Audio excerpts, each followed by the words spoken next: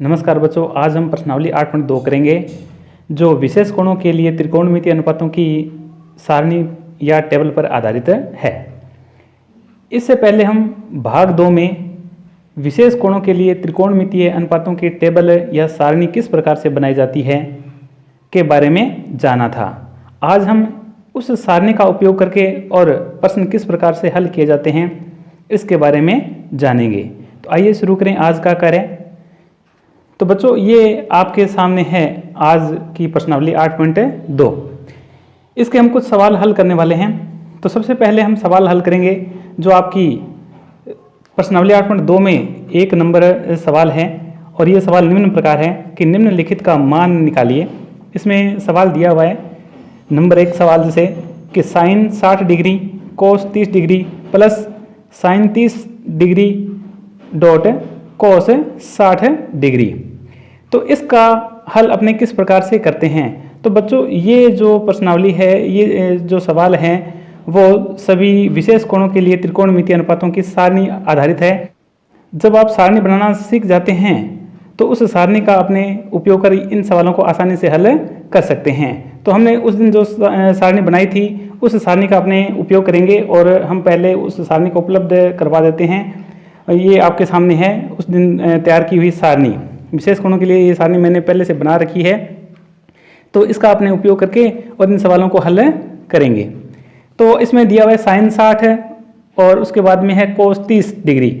तो साइन 60 का मान अपने देख लेते हैं कि साइन के कॉलम में और 60 डिग्री का मान कितना है। इसमें दिया हुआ है √3/2।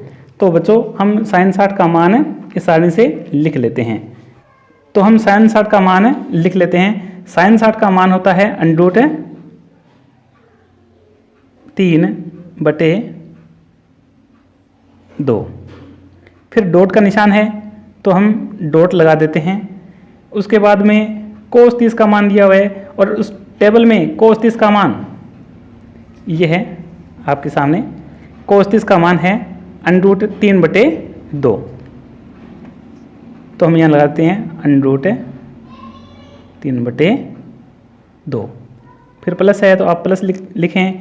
उसके बाद में साइन 30 का मान होता है 1/2 डॉट। उसके बाद में कोस 60 का मान होता है 1/2।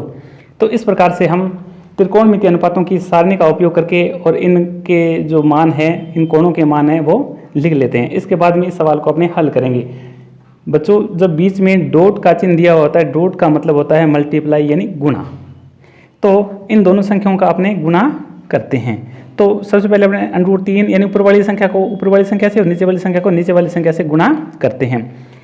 तो √3 को √3 से गुणा करेंगे तो ये हो जाएगा 3/2 को 2 से गुणा करेंगे तो ये हो गया 4। फिर प्लस का निशान है, प्लस लगा दीजिए। इसके बाद 1 को 1 से गुणा करो तो आ गया 1/2 को 2 से गुणा किया तो आ गया 4। इसके बाद में इसको अगले स्टेप में और हल करते हैं। अब दोनों में कॉमन ले लेंगे, अपने कॉमन आ गया दोनों में 4। अब ऊपर संख्या आएगी 3 + 1। ये हमने यहाँ पे जोड़ किया इनका योग। अब अगली स्टेप ये रहेगी 3 + 1 यानी आ गया 4/4। अब इसके बाद में 4/4 यानी 4 में 4 का भाग देंगे तो आएगा 1। इसका आंसर आ गया 1। तो बच्चों, इस प्रकार से इस सवाल को हम हल कर। ये है बच्चों अगला सवाल, प्रश्न नंबर 2। सही विकल्प चुनिए। 2 tan 30 डिग्री बटे 1 + tan स्क्वायर 30 डिग्री। इसमें कुछ ऑप्शन दिए हुए हैं, जैसे ए में दिया हुआ है साइन 60 है, बी में कोस 60 है, सी में tan 60 है और डी में साइन 30 डिग्री है। तो इनमें से हमें ऑप्शन का चुनाव करना है कि इसका जो सही उत्तर है वो इनमें से कौन सा है। तो इसका अपने उत्तर किस प्रकार से चुने, तो हम सबसे पहले इस सवाल को हल कर लेते हैं और उसके अनुसार हम इस ऑप्शन का पता लगाएंगे। तो इस प्रकार के सवाल भी आपके जो पेपर है उसमें आने वाले हैं। तो इसको अपने कैसे हल करते हैं, तो सबसे पहले अपने करेंगे, जैसे ये संख्या लिखी हुई है तो इसको अपने एक बार फिर आगे अपने लिख लें। ये एक प्रकार से अपने कह सकते हैं रफली कार्य ये कि 2 tan 30 डिग्री बटे 1 प्लस tan स्क्वायर 30 डिग्री। अब इसको हल कर लें अपने। 2 tan 30 का मान कितना होता है वो अपने सारणी से दे करके और लिखेंगे। तो tan 30 का मान होता है 1/√3, तो गुणा में 1/√3 बटे 1 प्लस tan स्क्वायर 30 डिग्री। तो इसका मान लिखेंगे अपने 1 प्लस tan स्क्वायर 30। तो tan 30 का मान होता है 1/√3 और इसके tan के वर्ग लगा हुआ है तो इस सारे का अपने वर्ग कर देते हैं। अब इसके बाद इसको आगे अपने एक स्टेप और हल करें। जैसे 2 को 1/√3 से गुणा किया तो ये हो गया 2/√3 बटा में, ये मेन बटा है। इसको अपने हल करेंगे, पहले अपने करेंगे 1 प्लस 1 का वर्ग करेंगे तो 1 का वर्ग 1 ही होगा। √3 है, √3 का वर्ग होता है 3। अब पहले अपने जो नीचे वाली संख्या है इसका योग कर लेते हैं। ऊपर वाली संख्या है 2/√3, इसको इसी प्रकार से अपने लिख लेते हैं। और अब नीचे वाली जो संख्या है उसको पहले अपने हल कर लेते हैं। नीचे वाले में लघुत्तम आ गया 3, तो 3 को 1 से गुणा करेंगे तो ये हो गया 3 प्लस 1 और बराबर है, ये जो संख्या है वो आ गई 2/√3 बटे 4/3। अब इसको अपने आगे और हल करेंगे तो ये संख्या हो गई 2/√3 इंटू 3/4। ये देखो अब ये गुणा है और इसको अपने हल करेंगे तो ये हो गया 2 से 4 को अपने काट सकते हैं, ये यहाँ आ गया 2। अब अपने पास आगे बचा हुआ रह गया, इसको अपने हल कर लें। ऊपर रह गया 3 और नीचे है 2/√3। इसको और अपने आगे थोड़ा एक स्टेप और हल करेंगे तो ये हल करने का तरीका है 3/2/√3। तो बच्चों नीचे √3 है तो इसको आगे अपने हल करेंगे तो इसको ऊपर और नीचे यानी अंश और हर को √3 से गुणा करते हैं। √3/√3 इसको अपने हल किया तो आगे अपने पास संख्या अपने को ये प्राप्त होगी। 3 को √3 से गुणा करेंगे तो आ गया 3/3 और इसको अपने गुणा करेंगे तो ये आ गया 2/3, यानी √3 को √3 से गुणा करेंगे तो 3 आएगा।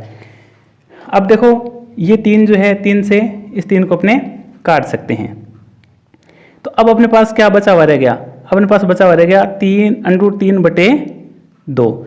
अब देखो बच्चों अपने इसका आंसर आ गया √3/2। अपने पास आंसर जो है इस रूप में नहीं है, यानी जो है वो डिग्री माप में दिया हुआ है। इसलिए अपने टेबल में देख लेते हैं कि निम्न में से किसका मान जो है वो √3/2 निकलता है, वही इसका आंसर हो जाएगा। तो सबसे पहले दिया है sin 60, तो अपने देख लें कि sin 60 का मान क्या है। ये है टेबल, इसमें देखो sin 60 का मान दिया हुआ है √3/2, तो ये इसका sin 60 जो है इसका आंसर बनता है। लेकिन इसके अलावा और भी अपने देख लें, जैसे cos 60 दिया हुआ है, cos 60 में इसका मान दिया हुआ है 1/2, तो ये नहीं होगा। इसके बाद tan 60 है, tan 60 में दिया हुआ है √3, तो ये भी नहीं होगा। और sin 30 दिया हुआ है आगे, तो sin 30 में मान है 1/2, तो अपने पास जो आंसर आया है वो √3/2 आया है और ये सही आंसर है sin 60 का। तो इसका उत्तर sin 60 हो जाएगा। तो बच्चों इस प्रकार से ऐसे सवालों को हम आसानी से हल कर सकते हैं। आइए एक सवाल तो ये है बच्चों, अगला सवाल इस सवाल को अपने पढ़ लेते हैं। ये आपकी बुक में सवाल नंबर 3 है प्रश्नावली 8.2 का। यदि tan a + b बराबर √3 और tan a - b बराबर 1/√3 है। आगे इसमें दिया हुआ है कि 0 डिग्री यानी a + b का जो योग है वो 0 डिग्री से बड़ा है और इन दोनों का योग 90 के बराबर है या 90 से छोटा है। और आगे एक शर्त और भी है कि a का मान b से बड़ा है, तो a और b का मान ज्ञात करो। यहाँ बच्चों tan a + b थीटा कोण दिए हुए हैं, यानी a + b tan a + b बराबर √3 और tan a - b बराबर है 1/√3। तो इसको अपने कैसे हल करते हैं, आओ इसको हल करें। तो सबसे पहले अपने इस सवाल को यहाँ नीचे एक बार फिर से लिख लें। tan a + b बराबर है √3। अब देखो tan और tan का मान टेबल में √3 के सामने कितने डिग्री दिया हुआ है वो डिग्री का मान अपने यहाँ पे लिखेंगे। tan a + b बराबर tan √3 बराबर होता है 60 डिग्री। अब इसके बाद में यहाँ अपने tan को छोड़ दें और लिखेंगे a + b बराबर आ गया 60 डिग्री। इसको बना लेते हैं अपने समीकरण नंबर 1। अब इसी प्रकार से अपने आगे वाली ये संख्या लिखेंगे।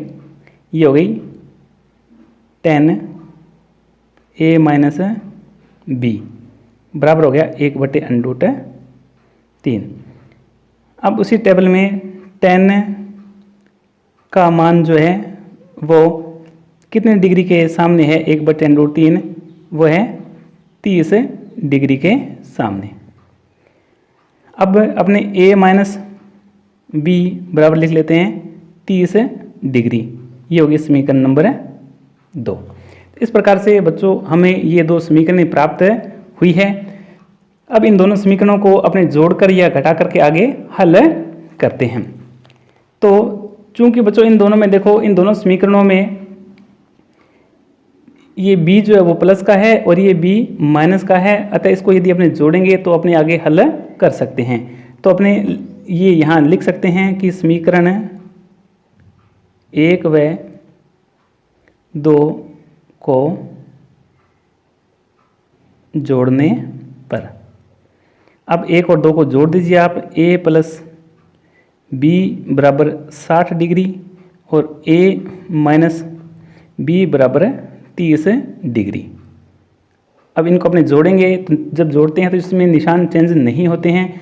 तो a और a दोनों प्लस के हैं, तो ये दोनों प्लस के आगे 2a, ये प्लस का b है, ये माइनस का b है, एक दूसरे से कैंसिल हो गया, यहाँ कुछ नहीं बचा, बराबर ये दोनों प्लस के हैं, तो ये हो गया 60 और 30 90।